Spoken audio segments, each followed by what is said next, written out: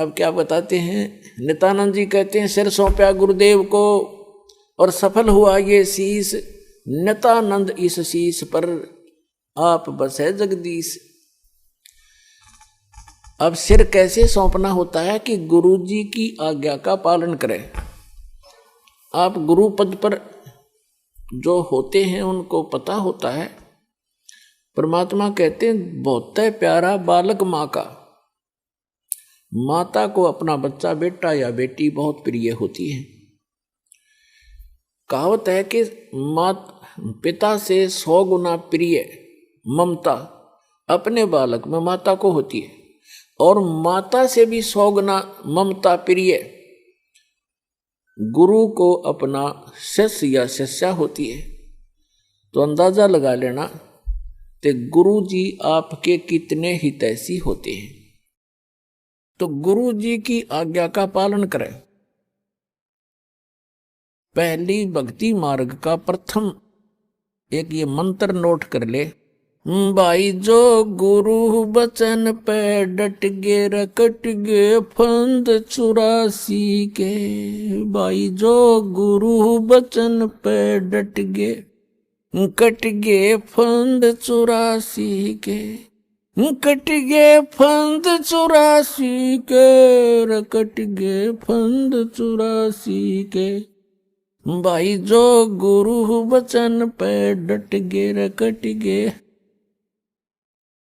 वस्तु मिली ठोर की ठोड़, मिट मिट गी मन पापी की दौड़। वस्तु मिली ठोर की ठोड़, मिट गी मन पापी की दौड़। भरम मिटे मथुरा काशी के, भरम मिटे मथुरा काशी के। भाई जो गुरु बचन पे डट गे कट गे फंद 84 के, कट गे फंद 84 के, रकट गे।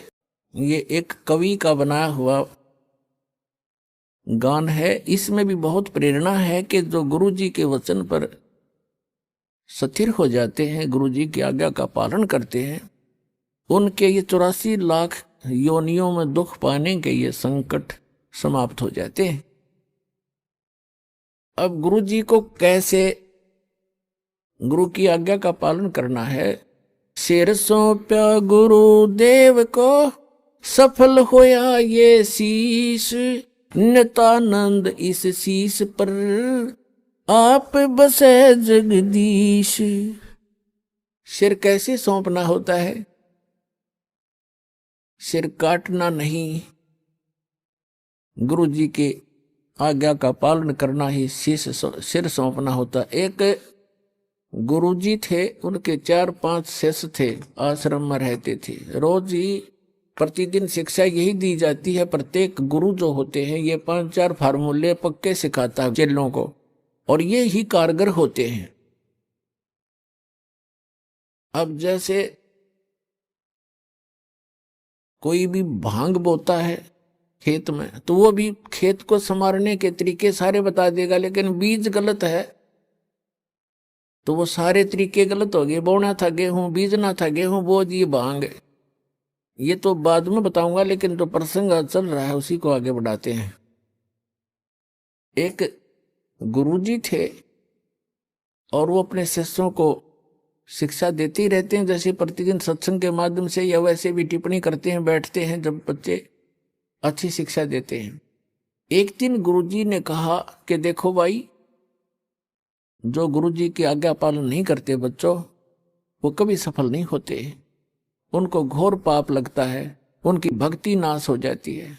सब शिष्य बैठे हैं, गुरुजी आसन पर बैठे हैं, वो वहां बैठे बैठे सुन रहे हैं। जी गुरुजी बिल्कुल सही है। तो गुरुजी ने कहा कि मेरा एक आदेश है कि तुम मेरे सिर में अपने 5-5 जूते मारो।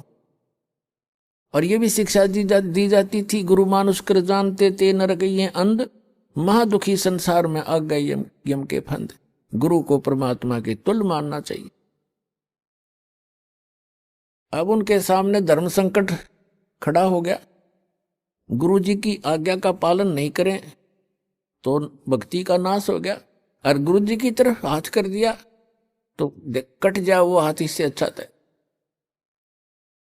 तो पर उस गुरुदेव ने कहा, मैं क्या शिक्षा दे रहा था तुम्हारे को, बस ऐसे भक्त तो मेरी आज्ञा का पालन नहीं कर रहे। नीची गर्दन कर ली। एक खड़ा हुआ, अपना जूता निकाला, गुरुजी के पास आकर बैठ गया और अपने सिर में 5 जूते मारे, मट्टाए मट मट्टाए मट। तब गुरुजी ने कहा, भाई डंडी मत मारे, तेरे सिर में नहीं मेरे सिर में कहा था मैंने।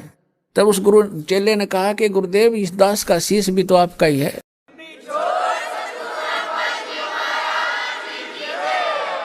क्या इसको आप दूसरा मानते हैं? तो यहां गुरुजी बोल नहीं सके। तो वो यही चाहते थे कि इनको कितना विवेक है। तो पुण्यात्माओं, इस भक्ति मार्ग के अंदर गुरुजी का मुख्य अभिनय होता है और शिष्य का भी उसके साथ साथ पैरेलल इतना ही सूरवीरता से उसमें चलना होता है, तभी सफलता मिलती है। अब उसके बारे में आपको बताते हैं, गुरु की जी के साथ कैसे रहे, कैसे बोले, कैसे बतलावे, कैसा व्यवहार करे निष्कपट भाव से। दंडवतम गोविंद गुरु बंधु अविजन सोए, पहले वे प्रणाम तिन नमो जो आगे होए। गुरु को कीजय दंडवतम कोटि कोटि प्रणाम, कीट न जाने भृंग को यो गुरु कर ले आप समान। गुरु गोविंद कर जानियो रहियो शब्द समाए, मिले तो दंडवत बंद की नहीं पल पल ध्यान लगावे। गुरु मानुष कर जानते ते नर कहिए अंध, महा दुखी संसार में फिर आगे काल के फंद। कबीरा ते नर अंध हैं गुरु को कहते और, हरि के रूठे ठोर है भाई गुरु रूठे नहीं ठोर। गुरु गोविंद दोनों खड़े काके लागू पाए, बलिहारी गुरु अपना जिन गोविंद दियो मिलाए। अपने आत्माओं कितना महत्व है सच्चे सतगुरु का। कि जैसे उदाहरण आपको बहुत बार दिया है, जिस व्यक्ति के ऊपर आपदाएं आती हैं वो स्वयं स्वीकार करता है और कहता है कि मेरा राम रूठ गया, मेरा भगवान रुष्ट हो गया, आज मेरे ऊपर दुख पर दुख आ रहे हैं। और जिसके घर सुख होता है उसको अन्य आम व्यक्ति ही कहते हैं इसका राम राज्य है भाई, इसका भगवान प्रसन्न है इसके ऊपर। तो पुण्यात्माओं, पुण्यों से सुख होता है, पाप कर्मों से दुख होता है। जिनके पुण्य रूपी राम समाप्त हो, पुण्य समाप्त हो गए तो उनका राम रूठ गया, उनका भगवान रुष्ट हो गया, उन पर दुख प्रारंभ हो गए। तो जैसे एक आप खेत में कहीं मजदूरी करने जा रहे हो या कहीं पर भी आप एकांत स्थान पर कोई मटका पानी का भर के ले गए और सारा दिन पीते रहे, जब तक पानी चला तो नो प्रॉब्लम, और पानी जल खत्म हुआ तो हुई प्रॉब्लम, प्यासे मर जाओगे। पुनः उसको नहीं भरा तो कहाँ जाओगे? हैंड पंप पर गए, कुएं पर गए। हम यहां हैंड पंप लेकर चलेंगे जिससे एक सटीक उदाहरण बन जाता है। हैंड पंप एक तरफ तो हैंड पंप पर गए, मटका भर लिया, फिर आपत्ति समाप्त। जो आपत्ति आई थी जल के अभाव से वो ठीक होगी, वो बला टली। ऐसे ही जो पुण्यों के अभाव से आप पर आपत्तियां आ रही हैं तो यही फिर राम नाम के पुण्यों का घड़ा फिर भर देंगे। कहां से? गुरु रूपी हैंड पंप पर जाना पड़ेगा अपने। तो ये समझ लिए गुरु जी हैंड पंप है और एक मटके में जल रखा है। एक तरफ हैंड पंप खड़ा है, नल है पानी का, एक तरफ मटके में जल भरा है। तो आपसे कोई कहे कि इस मटके में तो घड़े का भरा जल और एक तरफ नल, इनमें से कौन से को पसंद करोगे? तो इतना तो बेईमान होना ही पड़ेगा हमने भाई। मटका चाहिए, नल चाहिए हमने, तो मटके का तो पानी तो शाम तक भी खत्म हो ले, और हैंडपंप मत कितने भर ले मटके तो अभी खत्म नहीं हो। तो कहते हैं वैराग नाम है त्याग का 5 पति सोमा, ये जो काम क्रोध लोभ अहंकार मोह कहते हैं, अब इनकी दिशा बदल लो। बेईमान हो तो दान करने पे हो, बेईमान हो तो ऐसा बेईमान ना करे, ऐसा लोभ करे जो भक्ति मार्ग में आपको सहयोग देवे। कर्म फोड़न का बेईमाना लोभ करना अनुचित है। तो परमात्मा कहते हैं गुरु गोविंद दोनों खड़े, मटके में जल तो समझ लो गोविंद और नल समझ लो गुरु। इन दोनों में से कहते हैं किसके लागू पाए। आप उत्तर दे रहे परमात्मा, हमारी तो इतनी बुद्धि काम भी नहीं करे। बलिहारी गुरु अपना जिन गोविंद दियो मिलाए। जिस धन धन है मेरा वो गुरु, वो नल का हैंड पंप, जिसने वो राम मिला दिया, जिसके अभाव से हम दुखी हो रहे थे वो पुण्य प्राप्त करा दिए। तो पुणात्मा परमात्मा कहते हैं गुरु मानुष कर जानते ते नर कहिए अंध, महादुखी संसार में आ गए यम के फंद। गुरु गोविंद दोनों खड़े किसके लागू पाए। बलिहारी गुरु अपना जिन गोविंद दियो मिलाए। कबीर हरि के रूठ से गुरु की शरण में जा, और कह कबीर गुरु रूठ गए फिर हर नहीं होत साए। अब जैसे आपका राम रूठ गया, आपके पुण्य समाप्त हुए, गुरु मिल गए तो रोज भर लो बाल्टी, दिन में 10-10 बार। और फिर कहते हैं यदि आप जी ने हैंड पंप खराब कर दिया, उसको मिस हैंडल करके, उसकी टेक केयर ना करके, रिस्पेक्ट नहीं की, तो आपका हैंड पंप खराब हो गया, यानी गुरु रूठ गए। फिर आपको वो सुविधा बंद हो जाएंगी मिलनी जो आपको हैंड पंप से मिलनी थी। तो यहां कहते हैं कबीर हरि के रूठता गुरु की शरण में जा, कह कबीर गुरु रूठ गए तो हर नहीं होत साए। अब फिर क्या बताते हैं, गुरु से ज्ञान जो लीजिए शीस दीजिए दान, भौतिक भोंदू बह गए राख जीव अभिमान। भौतिक भोंदुक बह गए राख जीव अभिमान।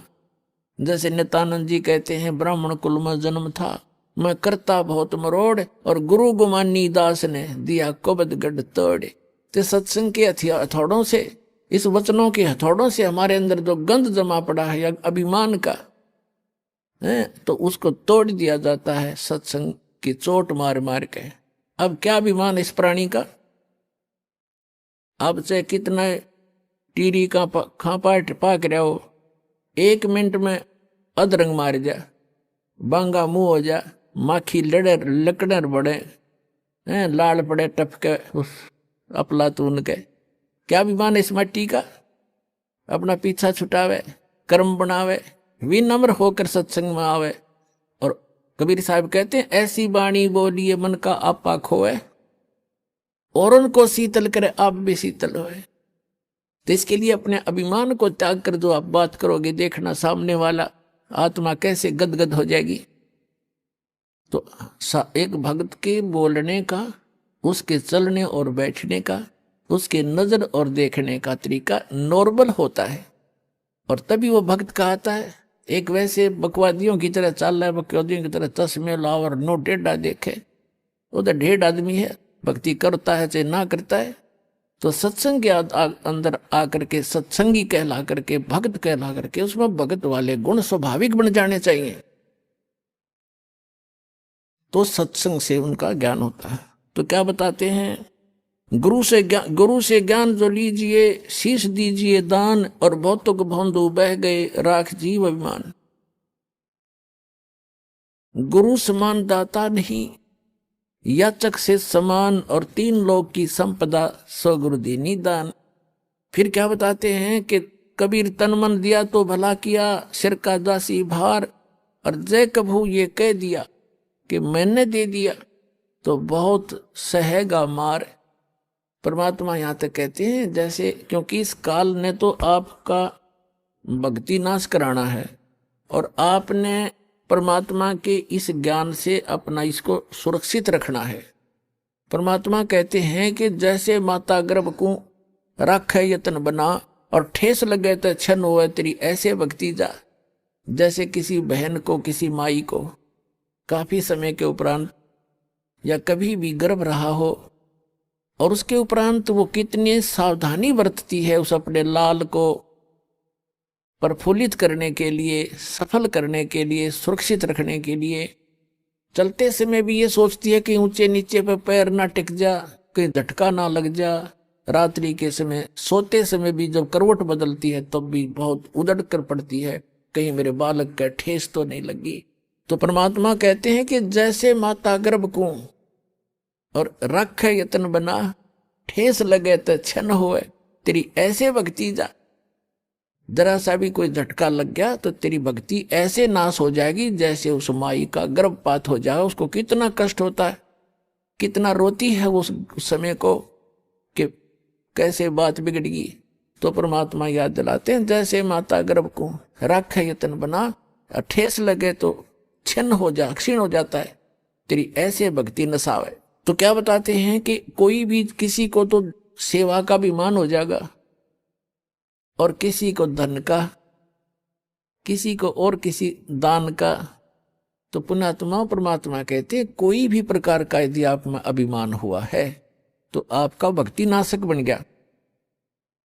तन मन दिया तो भला किया, सिर का दासी भार, और जय कभी ये कह दिया कि मैंने इतना दान कर दिया तो बहुत सह सिर मार। वो भक्त, वो दान तो नष्ट हो ही हो गया और भक्ति हीन भी हो गया। तो कैसे पुण्यात्मा, जब तक आप जी को ये अध्यात्म ज्ञान नहीं होगा तब तक आप सफल नहीं हो सकते। इसलिए दास का उद्देश्य रहता है कि आपको मैक्सिमम अध्यात्म ज्ञान से परिचित कराऊं, मर्यादाओं से परिचित कराऊं, और तभी आप सफल होगे, मार नहीं खाओगे। जैसे नए नए भक्त आते हैं वो क्या कहते हैं, जैसे उनको दान धर्म करने के लिए प्रेरित किया जाता है जो उनके हित में होता है। पुण्यात्माओं, एक पुराने समय में जब हमारे पूर्वजों के पुण्य अच्छे होते थे, जब कभी कोई वर्षा ना होती थी, गांव के लोग इकट्ठे होते थे और एक सामूहिक भंडारा करते थे, कलेक्शन करके सब तय, और मीठे चौड़ बनाया करते और आप बना के आप खाया करते, बैठ कर भगवान तरस कराया करते। न्यों क्या करते, धर्म कर दिया, राम बरसेगा, और वो वर्षा हो जाया करती थी। अपने आत्माओं, एक मीठे चौड़ों तो जो वर्षा हो जाया करती है, तो यहां तो अमृत बरसा देगा भगवान। कितना गजब का भंडारा हो रहा है।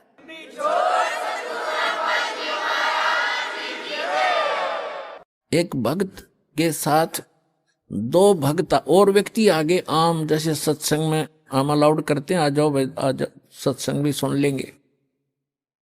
तो उन्होंने देखा यहां जहां भी सत्संग हमारा चल रहा है कि क्या करते हैं, गरम गरम चाय की टैंकी भरी है और गर्मियों के दिन में कहीं नींबुओं के टोकरी की टोकरी भरी है, चीनी की बोरी खोल रखी है, और भगत काटे नींबू बिलाओ, पानी बनाओ, सेकंड गुट गुट पीओ, कोई खाना खा रहा है, कोई दूध पी रहा है, कहीं हलवा मिल रहा है। तो उन दोनों में से जो नए आए थे उनमें से एक कहने लगा, बोला भाई गांव में न्यू कह रहे हैं, बोला वहां पर राम उतर रहा है, बोला राम आ रहा है, भगवान उतर रहा है। वो दूसरा बुद्धिमान था, वो कहने लगा रहा, ऐसा धर्म जहां पर हो, ऐसा धर्म हो रहा हो, वहां तो राम ना उतर रहा हो तो उतर जा।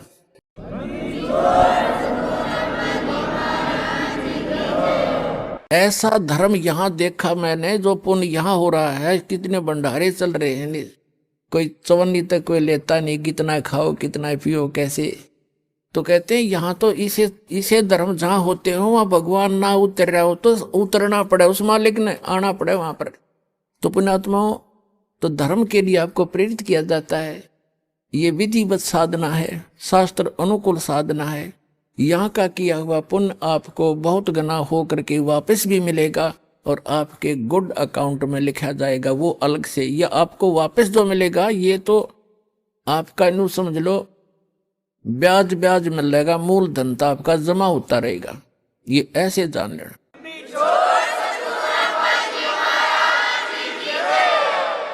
तो जैसे हम दान धर्म के लिए प्रेरित करते हैं और इस दान से ही आपको कहते धर्म तो दसके नहीं दसके तीनों लोक, और खैर आए तुम्हें खैर है कि तुम पोख, धर्म का नाश नहीं होता। पुण्यात्माओं, एक दिन ये तीनों लोकों का भी नाश होगा, लेकिन आपका किया हुआ पुण्य वो कभी नाश नहीं होगा, आपके साथ सदा बना रहेगा। कहते धर्म तो धसके नहीं, धसका माने धर्म का नाश नहीं होता, ते धसके तीनों लोग और खैरायत में खैर है। खैरायत माने दान करण में ही आपकी खैर है, सुरक्षा है। और कीजिए आत्म पोख। अब यहां कोई भी भक्त आता है खाना खाने नहीं आता, वो तो परमात्मा की महिमा सुनने आता है। और ऐसे साधु भाव में कोई भी आवेगा, यहाँ कोई आदमी नहीं आ सकता, किसी के पास आज समय नहीं है तो वैसे यहाँ जावे, वो परमात्मा की एक प्यारी आत्मा आता है, चाहे उसने वो नाम नहीं भी लिया है, ना लेना चाहता, यहाँ आने वाला व्यक्ति उस परमात्मा का एक VIP समझ लो, उस भगवान की एक प्यारी आत्मा है, कुछ दिनों में समझ में आ जाएगी, उसका नाम भी ले लेगा। तो यहाँ आए वाला भक्ति भगत भगवान के लिए आया है, ना कि खाने के लिए।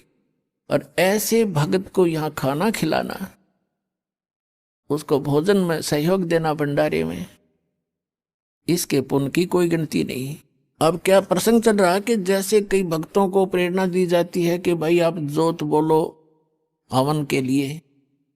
देखो पुण्यात्मा, हमारे कई प्रकार के पाप हमने इकट्ठे कर रखे हैं। जैसे एक दास ने एक वाणी बोली थी भगवान की कि मानत ना मन मोरा साधो, मानत ना मन मोरा रे, और बार बार मैं ये समझाऊं जग में जीवन थोड़ा रे। फिर क्या बताते हैं कि शरण पड़े को गुरु संभाले, जान का बालक भोरा रे, और कह कबीर तुम चरण चित राखो, जो सुई में डोरा रे। जैसे कोई बालक छोटा सा होता है, 5-4 महीने का, 7-8 महीने का, 9 महीने का बच्चा, वो पालने में सुला रखा होता, माता काम लग जाती है अपने घर के काम में। थोड़ी सी देर में वो रोने लगता है तो देख उसको पता लग जाता माता को, या तो ये भूखा हो गया या इसने टट्टी पेशाब कर लिया। तो जाकर देखती है तो टट्टी पेशाब करके और सारे कपड़ों को भी खराब कर रखे, अपने पैर पूर भी खराब कर रखे हैं, हाथ मुथ भी लगा रखा है, टट्टी लगी उसके हाथों के। उस माता को वो बच्चा बुरा नहीं लगता, वो उसको उठाती है और नवाती है, खूब साफ करती है, उसके कपड़े धोती है, नए कपड़े पहनाती है, फिर लाड करती है, सीने से लगाती है। उसको मालूम है कि बालक है, इसको पता नहीं, गलती इसने अनजान है, ये ऐसे सारा दोना टट्टी में सना पड़ा है, तो उसको बुरा नहीं लगता। माता को पता है, सब पता नहीं। तो इसी प्रकार आप जब यहाँ आए हो, इस कलयुग में पहुंच चुके हो, आप इतने पाप कर्मों से सन गए हो और आपको पता नहीं कितने पाप कर लिए, जैसे उस बालक ने कर लिए, उसको पता ही नहीं तू ये क्या कर रहा है। तो ऐसे अबोध जानता है भगवान आपको, ये सत्कर मान ले। फिर परमात्मा कहते हैं कि शरण पड़े को गुरु संभाले और जान का बालक भोला रे। और आपका क्या फर्ज बताया परमात्मा ने, आपका क्या करते हो बताया है कि कहे कबीर तुम चरण चित राखो, जो सोई में डोरा रे। आप अपने गुरुदेव के प्रति इतना लगाव बना कर रखना अटूट, जैसे सुई के अंदर धागा डाल दिया जाता है और नीचे गांठ लगा दी जाए तो वो सुई के साथ लटकता ही रहता है। कहते हैं कहे कबीर तुम चरण चित राखो, उस अपने गुरु जी के चरणों में ऐसे चित राखो जो सुई में डोरा रे, यानी अखंड लगाव बनाए रख। तो आप जी के जो पापों को ऐसे धोएगा गुरु जी इस सत्संग रूपी जल से, और फिर आपको भक्ति से चार्ज करेगा, दूध पिलाएगा। अपने आत्माओं आपको कंपलसरी कर रखा है कि 4 महीने के अंदर आपने आना ही पड़ेगा जो भारतवर्ष में रह रहा है। किस लिए कहा गया है?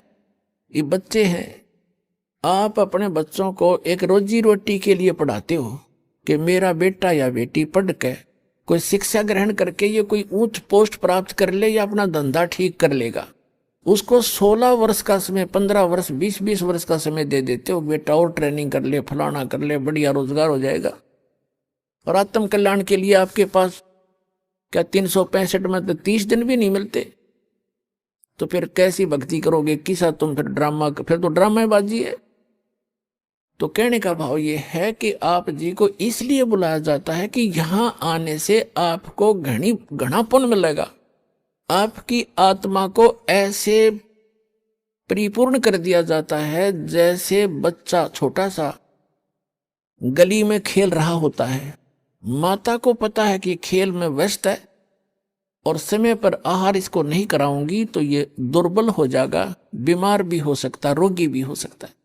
वो खेल रहा होता है अपने बच्चों में, भाई बहनों में बाहर, और व्यस्त होता है। माता उसको उठा के लाती है कि चल दूध पी ले। वो रोता भी है, वह घसीट कर लाती है कि ना चलना पड़ेगा चल। उसको दूध पिला देती है, फिर छोड़ देती है। वो तो दूध पीता पीता भी न समझा कि छोड़ दे माँ, भाग लू मैं। माँ को पता है कि इसमें मैंने पाइया दूध डाल दिया, अब कितना खेल ले हो, शाम में फिर डाल दूंगी। तो पुण्यात्माओं, ये दास चाहता है कि आपको यहाँ दूध के गिलास पिया दूं और फिर तुम खेल आइयो उस संसार में और फिर आ जाना, ताकि आपकी आत्मा दुर्बल ना हो और आप जल्दी युवा हो जाओ। जैसे माता पिता देखना चाहता है मेरे बेटा बेटी जल्दी युवा हो जाए, स्वस्थ रहें, तो दास भी, दास के आप बेटा बेटी हो, आत्मा के पिता गुरु होते हैं और शरीर के पिता माता पिता अन्य होते हैं। तो दास उस दृष्टिकोण से है, जैसे आपको बताया था कि बालक प्यारा बहुत ही माँ का, उनसे बढ़कर शेष गुरुओं का। तो आप जी, गुरु जी को जो बच्चे होते हैं, शिष्य होते हैं, वो माँ से भी कई गुना 100 गुना अधिक प्यारे होते हैं। इसलिए आपको बार बार बुलाया जाता है। संत मिलन को चालिए तजमाया अभिमान, और जो कदम आगे रखे ओ है यज्ञ समान। तो कितना परिपूर्ण हो रहे हो आप, और आप कितने भूखे हो, कितने खाली हो चुके हो। इतना पुण्य कराया जाएगा आपको यहाँ, आपसे यहाँ पर, और जब जाके आपकी स्थिति ऊपर उभरेगी, इतना माइनस हो गया आपके पुण्य, पाप इतने बढ़ गए।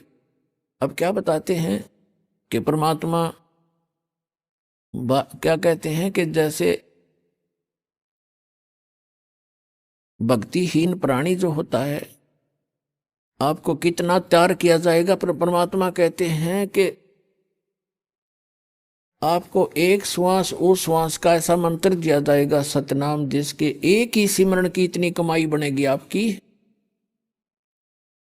3 कहते हैं सतनाम तराजू के एक पालड़े में, और पृथ्वी लोक, स्वर्ग लोक और पाताल लोक, ये तीनों लोक तो पासेंग रख दे, जो सौदे में नहीं है।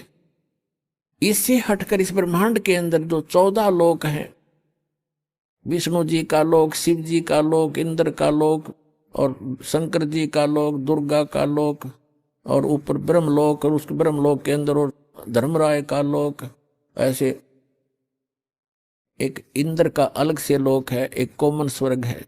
इस तरह के 14 लोक चढ़ा दे, और एक श्वास उस श्वास के सतनाम की परम संत से दीक्षा लेकर के सिमरन की कीमत एक पालड़े में रख दे, और 3 लोग पासंग रख दे। कहते तो ना तुले तुलाया राम रंग होरी हो, सतनाम पालड़े रंग होरी हो, 14 लोक चढ़ावे राम रंग होरी हो, 3 लोक पासंग धरे रंग होरी हो, तो ना तुले तुलाया राम रंग होरी हो। होरी माने खुशी, कि अब खुशी मनाओ तुम, ये झूठी होली मनाओ लाल पीले मुंह करके, वो नहीं, अब होगी असली खुशी, अब असली होरी। एक सतनाम की कीमत आपको कितनी मिलेगी। तो कहने का भाव ये है कि जैसे भक्तों से कहा जाता है कि आप जी ऐसे करो ऐसे करो, ये क्रियाएं बताई जाती हैं जो स्टूडेंट को, विद्यार्थी को टीचर बताया करता है, ये होमवर्क, ये क्लास वर्क। तो कई अनजान भक्त कहते हैं मैंने जोत भी चढ़ा दी, 6 महीने हो गए, नाम भी ले रखा है, और मुझे कोई विशेष लाभ नहीं मिलता, पाठ भी करा लिया। तो कई तो ऐसे होते हैं कि मुझे कोई लाभ नहीं हो रहा, मैं तो नाम त्याग दिया या त्याग दूंगा। तो पुण्यात्माओं, अध्यात्म ज्ञानहीन प्राणी ही ऐसे विचार रखता है। इसलिए दास की कोशिश रहती है प्रत्येक सत्संग में कि कोई ना कोई ऐसा टॉपिक क्लियर करूं जिससे आपका जो शंका है, आपकी शंका समाप्त हो। आप ये सोचना, जैसे सर्दी के मौसम में दिसंबर और जनवरी, ये हरियाणा प्रदेश सर्दी खूब जोर की गिरती है, और उस समय आप जी ने कोई स्वेटर पहन रखी है और आप ये कहते हो कि मैंने स्वेटर भी पहन रखी है, कपड़े भी मोटे पहन रखे हैं, और फिर भी मुझे ठंड लग रही है। तो पुण्यात्माओं, समझदार व्यक्ति क्या करेगा? क्या वो समझदार होगा? न्यू कह उस स्वेटर ने भी उतार दे कि क्या फायदा हुआ इससे, मुझे कोई लाभ नहीं हो रहा, कपड़े भी निकाल दे। ये तो बौड़ी बूझ करेगा इस बात ने, ये सिर्फ जो कति मूर्ख होगा। उस समझदार व्यक्ति क्या करेगा? स्वेटर ने जितना, स्वेटर आपने डाल रखी है, स्वेटर की जितनी क्षमता है उसने उतना बचाव आपका सर्दी से कर रखा है। उसके लिए यूं नहीं कि उसने निकाल के धर दे और कपड़े भी उतार दे, क्या लाभ हुआ? वो तो महामूर्ख होगा। तो उसके लिए उसका तरीका ये है कि जर्सी और पहने, और उससे भी ना सर्दी, फिर भी ठंड लगे तो काम बड़ोड है। तो पुण्यात्माओं, धर्म से ही दुख दूर होंगे, भक्ति से ही। भक्ति में सारी चीज इंक्लूड है, दान भी, सिमरन भी, नित्य नियम भी, मर्यादा भी। और जैसा भी आप दान धर्म कर रहे हो, यूं समझ ले आपने स्वेटर पहन ली, और उस स्वेटर उतारने से कोई लाभ नहीं होगा, और बढ़ाना पड़ेगा। आप जर्सी और पहन लो और जुराब अच्छी मजबूत पहन लो, यानी धर्म को बढ़ावे, घटन नहीं दे। भक्ति बढ़ानी चाहिए, घटनी नहीं चाहिए, तभी आपको सफलता होगी। तो पुण्यात्माओं, आपका सौभाग्य है, आपको यथार्थ भक्ति मार्ग सुनने को मिला, और ये वो शुभ दिन है। आज के दिन दास का ये अध्यात्म जन्म हुआ था।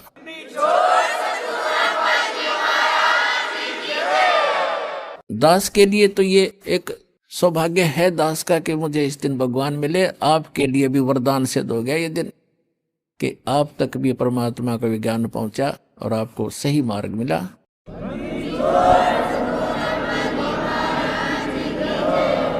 परम पिता परमात्मा, पूर्ण ब्रह्म, सारी सृष्टि के रचनहार, कुल मालिक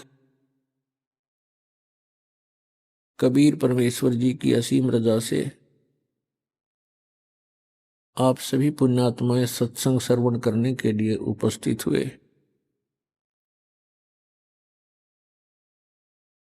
धन भाग हैं आप, और धन है आपके माता पिता जिनसे जन्म हुआ। ये इस मनुष्य जीवन का वो सबसे उत्तम समय है कि हम इस मनुष्य जीवन के लक्ष्य को पूरा कर सकते हैं। और पुण्यात्मा, आज का जो समागम, ये 3 दिन का समागम था जो आज संपन्न होने जा रहा है, ये एक विशेष उपलक्ष्य है इसका। वैसे तो सत्संग सभी श्रेष्ठ होते हैं, लेकिन कुछ ऐसे अवसर होते हैं जो जीवन में युगों पर्यंत ही उपलब्ध होते हैं। परमात्मा ने कहा है कि मात पिता मिल जावेंगे, मात पिता मिल जावेंगे, 184 माँ, सतगुरु सेवा और बंदगी भाई फेर मिलन की ना।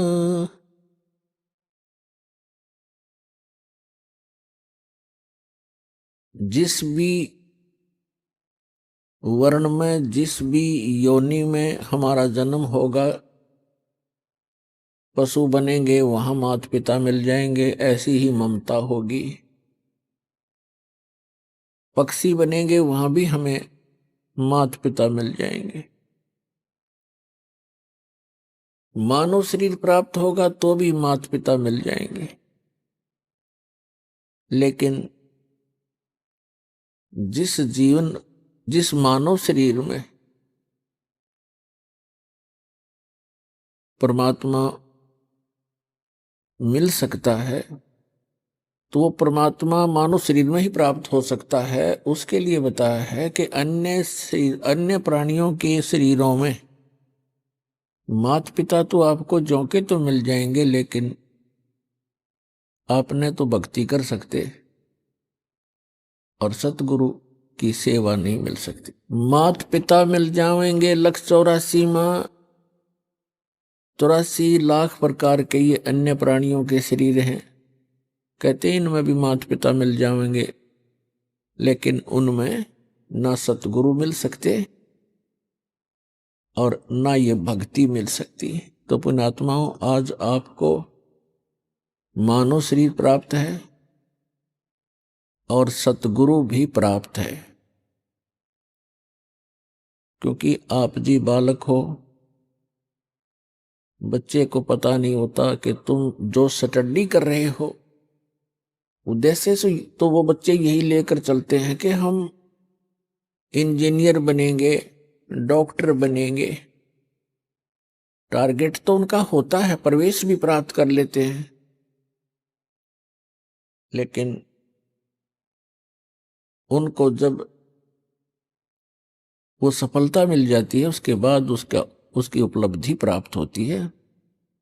लेकिन टीचर को पता होता है कि ये बच्चे कितने अच्छी तरह पढ़ रहे हैं, प्रत्येक कार्य को ठीक से करके आ रहे हैं, इनका भविष्य उज्जवल है। तो उनमें से वो भक्त हैं जो लगन के साथ लगे हुए हैं, सच्ची श्रद्धा से, और परमात्मा की प्रत्येक मर्यादा में रहकर चल रहे हैं। तो पुण्यात्माओं, मानुष जीवन दुर्लभ है, ये मिले न बारंबार, और जैसे तरवर से पत्ता टूट गिरे वो फिर नहीं लगता डार। आप ऐसे भयंकर लोक में रह रहे हो और आप जी के बस की बात नहीं है। काल भगवान ने ये सुनियोजित तरीके से हम सभी को यहां जकड़ रखा है।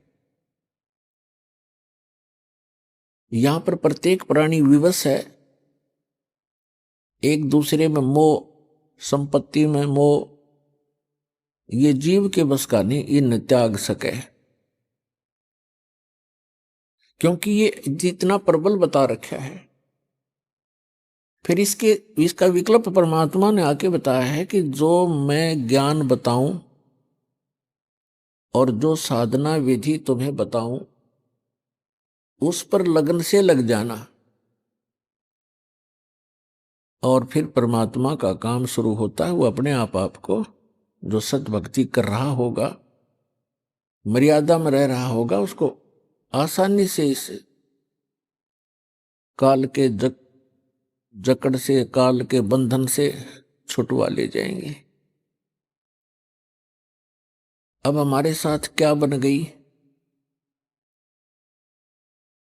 जैसे अब देखो प्रत्येक प्राणी को यह ज्ञान हो गया है कि हम गलत स्थान पर हैं,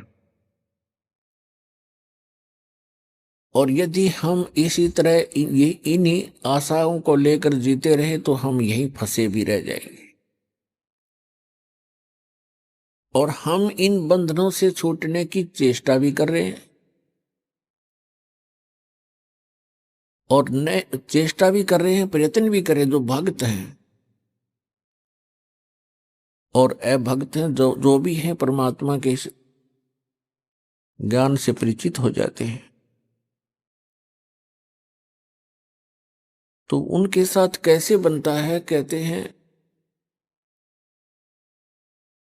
जैसे ये बंदर पकड़ने वाले क्या करते हैं, इस काल भगवान ने हमारे साथ ऐसे कर रखा है।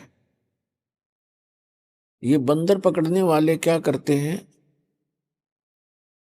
एक ऐसा मिट्टी का ऐसा एक बर्तन रखते हैं, स्टील का जैसा भी, जिसका ऊपर से मुंह बहुत तंग होता है, जैसे सुराही सी होती है,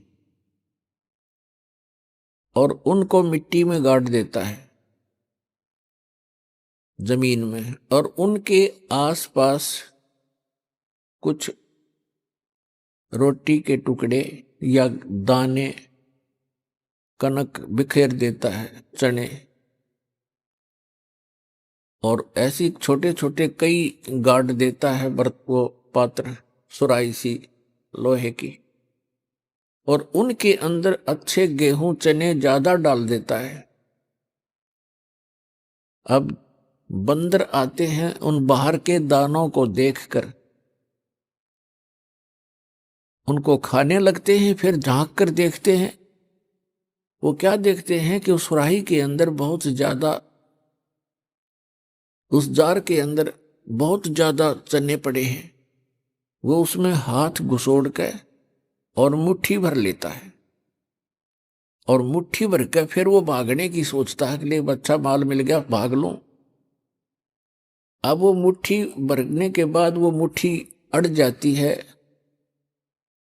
उसके मुंह के अंदर, सुराही के जार के मुंह में फंस जाता हाथ उसका।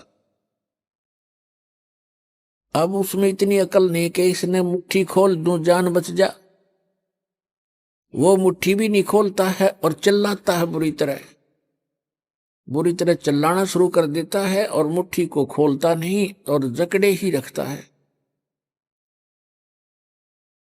तो पुण्यात्माओं,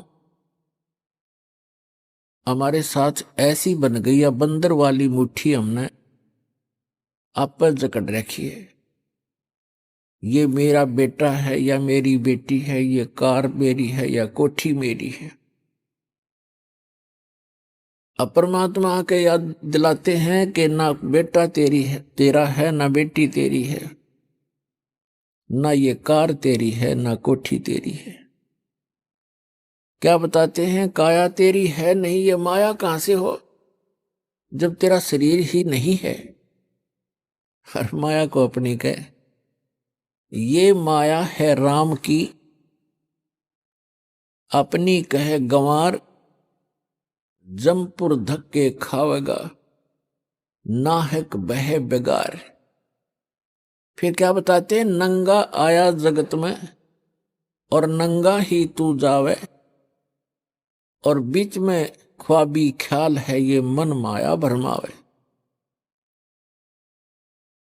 अब उस बंदर वाली मुट्ठी को हम खूब जकड़े बैठे हैं, और ये हमसे छूट भी नहीं सकती, चाहे कितनी बात बनावे जीव, क्योंकि हमारी बुद्धि इतनी ही सीमित कर रखी है।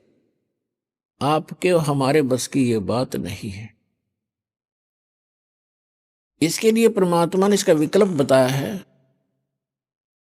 जैसे वो बंदर फंस चुका था और शिकारी को पता था, बंदर पकड़ने वाले को, कि अब ये कहीं नहीं जाएगा। आइए अब हम उन श्रद्धालुओं के अनुभव जानते हैं जो जगत गुरु तत्वदर्शी संत रामपाल जी महाराज जी से दीक्षा प्राप्त कर चुके हैं तथा उनके द्वारा बताए गए भक्ति मार्ग पर चल रहे हैं। नमस्कार जी। सर साहिब जी। क्या नाम है जी आपका? ममता दासी। बहन जी, आप कहाँ के रहने वाले हैं? सर हम अमृतसर के रहने वाले हैं। बहन जी, संत रामपाल जी महाराज से नाम दीक्षा आपने कब ली? सर 2016 में नाम दीक्षा ली थी संत रामपाल जी महाराज जी से। बहन जी, संत रामपाल जी महाराज से नाम दीक्षा लेने से पहले क्या आप कोई भक्ति साधना भी करते थे? जी सर, बहुत सारी भक्ति साधना करते थे। ब्रह्मा विष्णु महेश की पूजा करते थे। मैं शेरा वाले माता जी की उपासना करती थी, संतोषी माता के व्रत रखती थी, शिव उपासना करती थी, बहुत सारी भक्ति करते थे। तो बहन जी, जो आप देवी देवताओं की, शिव जी भगवान की या और माता की भक्ति साधनाएं कर रहे थे, उनसे आपको क्या क्या लाभ हुए? भक्ति करते करते मेरे घर में कोई भी मतलब लाभ नहीं हुआ। मैं श्री कृष्ण जी को इष्ट मानती थी, तो उन्हीं के आगे मैं रोती रहती थी कि मैं इतनी पूजा भी करती हूँ, फिर भी ये दुख अंत क्यों नहीं हो रहा है, ऐसा मेरे साथ क्यों हो रहा है। और बच्चे बीमार रहते थे, मैं भी बीमार रहती थी, कभी कोई ना कोई हमारे दिक्कत रहती थी, कभी भाई बहनों में, घर में, परिवार में झगड़ा हमेशा रहता ही था। जब भी सुबह उठती थी यही होता था कि किसी ना किसी बात से झगड़ा ना हो जाए, और झगड़ा इतना होता था कि मरने मराने तक की बात पहुंच जाती थी। मेरे पति मतलब शराब भी पीते थे और सिगरेट वगैरह ये सब कुछ वो खाते पीते थे, नॉन वेज वगैरह सब कुछ वो खाते थे, और जिससे हमें बहुत परेशानी होती थी, अंदर अंदर होती रहती थी कि हे कृष्ण जी, हे माता जी, हे गणेश जी। मैं जिन जिन की भक्ति करती थी मैं उनको कहती थी, पीरा की भी मैं बहुत भक्ति करती थी, नूरे शाह में जाती थी, मैं उनको बोलती थी कि मेरे देख चढ़ाई मैंने वहाँ पे कि मेरे पति जो हैं वो ये सब चीज़ों को छोड़ दे, घर में जो शांति रहे और खुशहाली रहे। तो लेकिन ऐसा मुझे कुछ भी लाभ नहीं हुआ। शिव जी भी मुझे दर्शन देते थे तो ये बोलते थे कि तू ओम नमः शिवाय का जाप कर और तू जो कहेगी वो तुम्हें मिलेगा, और ममता ममता कह के मेरा नाम पुकार के मुझे उठाते थे, जगाते थे। मेरे घर वालों को भी पता लग जाता था, जब मैं उठती थी बातें करती थी, आंखें मेरी बंद होती थी लेकिन मुझे वो नज़र आते थे कि वो मुझसे बात कर रहे हैं। मैंने बाबालाल जी का भी नामदान लिया हुआ था, उससे पहले मैंने अमृत छका था श्री दरबार साहब जी में। मैं शुरू से ही ना गुरु की तलाश में थी कि कोई सच्चा गुरु मिले, ऐसा गुरु मिले जो मुझे मतलब पढ़ के बताए, जो मुझे इन ग्रंथों के बारे में बताए। तो बहन जी, आपने बताया कि जो आप पहले देवी देवताओं की भक्ति साधनाएं करते थे उनसे आपको कोई लाभ नहीं हो रहा था, लेकिन आपके परिवार में बहुत ज़्यादा ही क्लेश रहता था। तो फिर संत रामपाल जी महाराज की जानकारी इन दिक्कतों के बीच में आपको कैसे हुई? सर ऐसा है कि संत रामपाल जी महाराज जी की जानकारी, न्यू कॉलोनी में हमने घर लिया, मंजू बहन हमारे घर के पास रहती थी, उन्होंने मुझे ज्ञान गंगा बुक दी। तो मैंने ज्ञान गंगा बुक पढ़ी, उसमें सृष्टि रचना को मैंने पढ़ा तो मैं एकदम से हैरान हो गई। मतलब ये सृष्टि रचना में मतलब शेरा वाले माता जी के बारे में क्या लिखा हुआ है। तो मैंने उसको बुक वापस की, फिर उसने मुझे बुक दी तो उसने कहा कि एक बार दोबारा से पढ़, तेरे को समझ नहीं आ रही। लेकिन मैंने बुक की तरफ इतना गौर नहीं किया, थोड़ा बहुत पढ़ा। लेकिन उस समय हमारे घर में कुछ कलेश हो गया मेरे भाई बहनों को लेके, तो मैं बहुत परेशान थी। तो मैंने बाबालाल जी के आगे रोई, जिनको हम मानते थे। तो मैंने कहा कि मुझे परमात्मा चाहिए, कि मैंने बुक में पढ़ रही हूँ कि कोई परमात्मा है, तो ये परमात्मा कौन है मुझे चाहिए। उसी शाम को जब मैं घर से बाहर निकली तो हमारी वही पड़ोसन मंजू बहन जो है, तो उनके घर में सत्संग लगा हुआ था साधना चैनल के ऊपर, 7:30 का टाइम था। मैंने उसको बारी से आवाज़ लगाई कि मंजू, मैं बहुत परेशान हूँ, क्या मैं सत्संग सुन सकती हूँ? उसने कहा कि बहुत सालों से मैं तुम्हें बोल रही हूँ कि तू सत्संग सुन ले, लेकिन तू खुद ही नहीं आती है, आजा तू सत्संग सुन ले। मैंने भगत जी उनके घर में सत्संग सुना तो एक ऐसा चमत्कार था कि जो संत रामपाल जी महाराज सत्संग में बता रहे थे, मुझे ऐसा फील हो रहा था कि सारी बातें वो मुझे ही बता रहे हैं, मेरे बारे में ही सब कुछ कह रहे हैं। और सत्संग जब समाप्ति हुई तो उसके बाद इंटरव्यू आती है, और इंटरव्यू में जो बहन बोली उसका नाम ममता था और मेरा नाम भी ममता था। पहले तो मैं उनका नाम सुन के चौंक गई कि इनका नाम ममता है और मेरा नाम भी ममता है, ये कैसे हो। तो जो उन्होंने फैमिली डिटेल बताई कि मेरे पति बिजली का काम करते हैं, मेरे 3 बच्चे हैं, 2 बेटियां हैं, 1 बेटा है, सेम सिचुएशन मेरी थी। उन्होंने बताया मेरा एक्सीडेंट हो गया था। तो ऐसे मैं बहुत रोई, बहुत ज़्यादा रोई। और बाद में मैंने उनके घर से उठ के आई तो फिर घर में जोत जलाई, बाबालाल जी की जोत जलाते थे हम।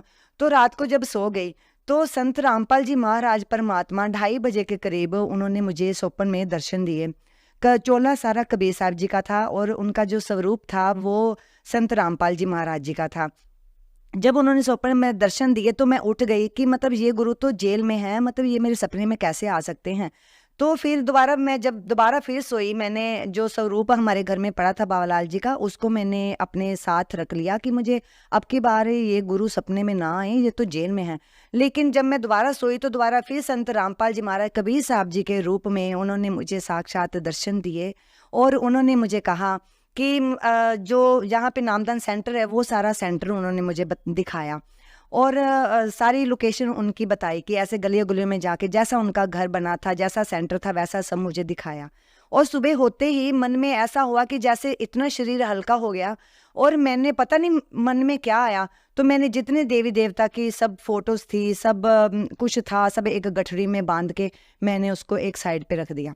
और मैंने मंजू बहन के पास गई और उसको बोला कि ऐसे ऐसे तुम्हारे जो सेंटर है नामदान सेंटर वो ऐसा बना है। तो उसने मुझे आगे से कहा कि तू अकेली चली गई। मैंने कहा अकेली नहीं गई, ये तुम्हारे गुरुजी आए थे, संत रामपाल जी महाराज मेरे स्वप्न में आए थे, उन्होंने नामदान सेंटर तुम्हारा दिखाया है।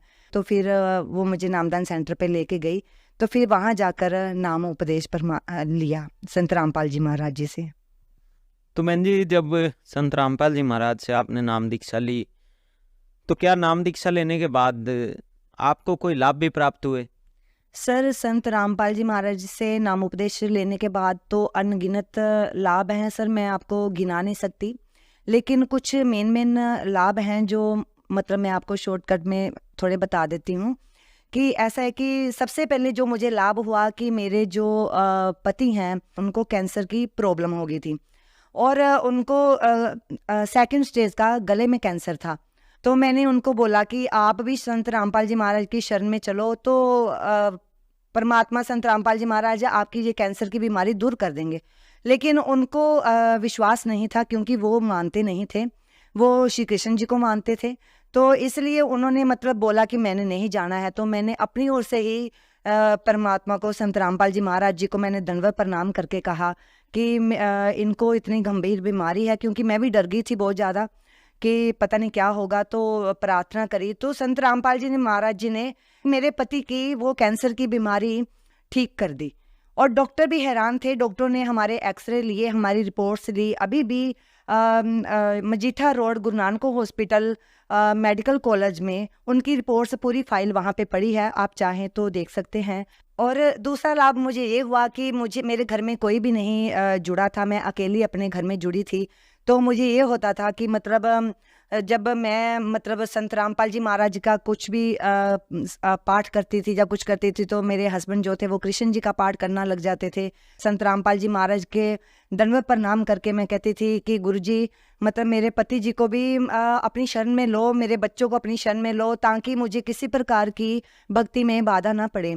तो संत रामपाल जी महाराज की ऐसी दया हुई कि मेरे जो पति देव हैं वो, उन्होंने भी संत रामपाल जी महाराज जी का नाम उपदेश ले लिया। उन्होंने कहा कि मुझे भी संत रामपाल जी महाराज का नाम उपदेश लेना है। और बच्चों ने भी संत रामपाल जी महाराज का नाम उपदेश ले लिया। और आज मेरे घर में मतलब इस तरह से खुशहाली है, भक्ति भी करते हैं और लाभ भी है। और एक लाभ ऐसा है कि मेरी बेटी जो है कि मैरिड है, उस 2015 में जगत में उसकी शादी करी थी। और जगत में शादी करने के कारण मेरी बेटी बहुत वहाँ परेशान रहती थी। तो मेरी बेटी ने भी नाम उपदेश ले लिया था, क्योंकि वो दूसरी उपासना करते करते बहुत परेशान और दुखी हो गई थी। संत रामपाल जी महाराज से नाम उपदेश लेके अपने ससुराल में गई, तो उसके ससुराल वालों ने उसे पहले भी तंग करते थे और फिर उसको बहुत ज़्यादा पीड़ित करना शुरू कर दिया। इस बीच में जब बेटी के घर में मतलब 2 बेटियां हैं, जो छोटी बेटी जब उसकी हुई तो उसकी सिर के वजने से उसकी जो ब्रेस्ट है, स्तन में, उसके गिल्टी बन गई थी। और उसने अपने पति को बोला कि मुझे मतलब डॉक्टर के पास ले चलो। तो घर वाले कोई भी उसको डॉक्टर के पास लेके नहीं गए। 5 दिन तक लड़की तड़पती रही और 5 दिन के बाद जब डॉक्टर के पास लेके गए, उसने 3 दिन की दवाई दी। तो उसके बाद फिर उसको 2.5 महीने तक डॉक्टर के पास लेके नहीं गए, जबकि उन्होंने बोला था कि इसका ट्रीटमेंट जल्दी से जल्दी करवा लो, नहीं तो ये कैंसर बन जाएगा। लेकिन देखते देखते वो जो गिल्ट था वो बहुत बड़ा हो गया था, हाथ के आकार का। तो उस बेटी को बुखार वगैरह सब चढ़ने लगा। उसने मुझे फ़ोन किया, मम्मा मेरी तबीयत ठीक नहीं है, मैं बहुत बीमार हो गई हूँ। तो मैंने कहा कि संत रामपाल जी महाराज की शरण में है तू, परमात्मा के आगे विनती कर, वो सब कुछ ठीक करेंगे।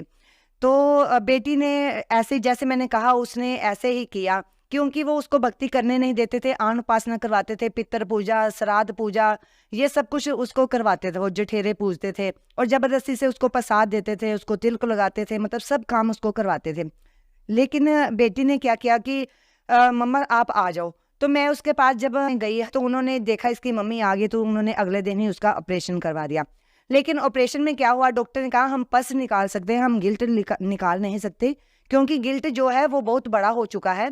और इसके कारण अगर हम इसको छेड़ेंगे तो लड़की की मतलब इसको कुछ भी नुकसान हो सकता है। तो इस बीच उन्होंने क्या किया कि उसकी पस निकाल दी। लेकिन उसके जो ब्रेस्ट में इतना बड़ा होल हो गया कि 3 बंडल पट्टियों के उसकी मतलब ब्रेस्ट के अंदर डॉक्टर भरते थे। तो इतना बड़ा जख्म हो गया था। और दूसरे दिन फिर ऑपरेट के दूसरे एक दिन छोड़ के दूसरे दिन फिर जाना था पट्टी करवाने के लिए। तो वो मेरा हाथ पकड़ के बहुत रोई, मम्मा मुझे बहुत पेन हुआ था। तो जब उन्होंने पट्टियाँ फिल की हैं, आज फिर पट्टियाँ फिल होनी है, तो मेरे से बर्दाश्त नहीं होगा, मैं तो वहीं मर जाऊंगी। तो वो बंदी छोड़ संत रामपाल जी महाराज को याद करके बहुत जोर जोर से रोने लग गई। और डॉक्टर ने कहा था कि मतलब ये जो गिल्ट है ये ठीक नहीं हो सकता, भगवान ही ठीक कर सकते हैं। तो जब वो रोती रोती फिर सो गई, रात को सो गई, तो जब सुबह उठी तो मैं भी उसके पास ही थी, वहां गई हुई थी, तो मुझे भी परमात्मा के संत रामपाल जी महाराज के दर्शन हुए कि संत रामपाल जी महाराज हम जहाँ जा रहे हैं वहां पहले ही खड़े हैं। बेटी ने मुझे कहा तो मैंने उसको कहा मुझे दर्शन हुए, उसने कहा मम्मा मुझे भी दर्शन हुए। और संत रामपाल जी महाराज का इतना विराट रूप हो गया कि उन्होंने गुड़िया को ऐसे फूलों की तरह हाथों पे उठा लिया और उसे सिर पे दोनों हाथ रख के उसे आशीर्वाद दिया कि हवा में ऐसे उसको अपने हाथों पे आशीर्वाद देके हाथों पे उठा लिया और उसको कहा कि बेटी तू चिंता ना कर, मैं तेरे साथ हूँ, तो कबीर परमात्मा तुम्हारे साथ हैं। तो इतना कह के उसकी मतलब जाग खुल गई। और उसके बाद 10 बजे उसने जाना था हॉस्पिटल। जब हॉस्पिटल गई और डॉक्टर पट्टी भरने लगे तो भगत जी डॉक्टर खुद हैरान हो गई कि जिस सुराख में जिसको भरने के लिए 3.5-4 महीने लगने थे, उस सुराख में एक पट्टी का आधा हिस्सा ही गया। और डॉक्टर कहने लगी कि ये कैसे हो सकता है, मतलब मैंने बहुत ऑपरेट किए हैं, ऐसा चमत्कार कभी नहीं हुआ। देखते देखते 1 हफ्ते में बिल्कुल ही उसका जख्म बिल्कुल भर गया, बंद हो गया, ठीक हो गया बिल्कुल, और वो गिल्ट भी बिल्कुल खत्म हो गया। ये संत रामपाल जी महाराज की दया से उसको जीवन दान मिला।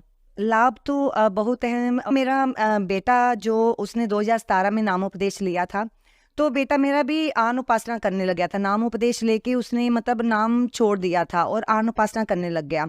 मैंने मतलब मन ही मन बड़ी दुखी होती थी। इस बीच में जब रोहतक आश्रम पर गई, वहां जाकर मैंने दंडवत प्रणाम जब किया तो परमात्मा के आगे रोई कि मालिक बच्चे को अपनी शरण में लो।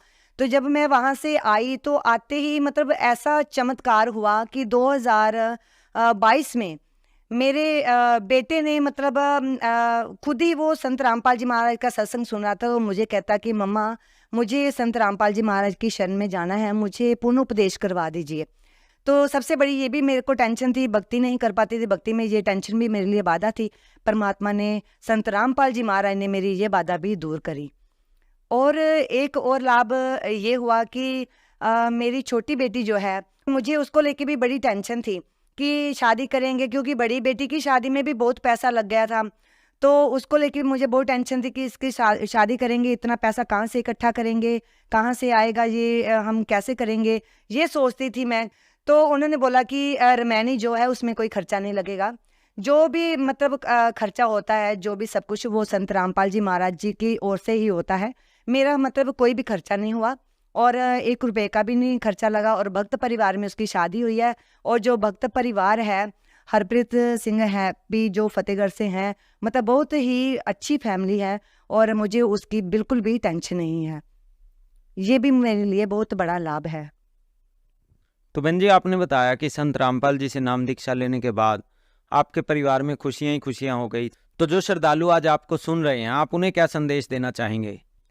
मैं सिर्फ इतना कहना चाहती हूँ कि संत रामपाल जी महाराज धरती पे अवतार हुए हैं, इनकी शरण में आके अपने जो है जीवन का उद्धार कीजिए और सत भक्ति करके सत मार्ग प्राप्त कीजिए। धन्यवाद जी। सत साहिब।